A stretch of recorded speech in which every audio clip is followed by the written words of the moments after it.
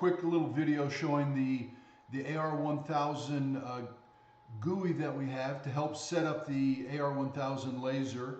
And here you can see we've got the distance showing 1.427 meters.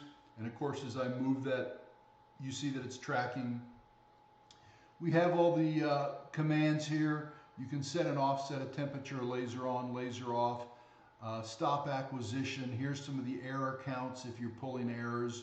And here's the general settings. We've got an auto start distance tracking.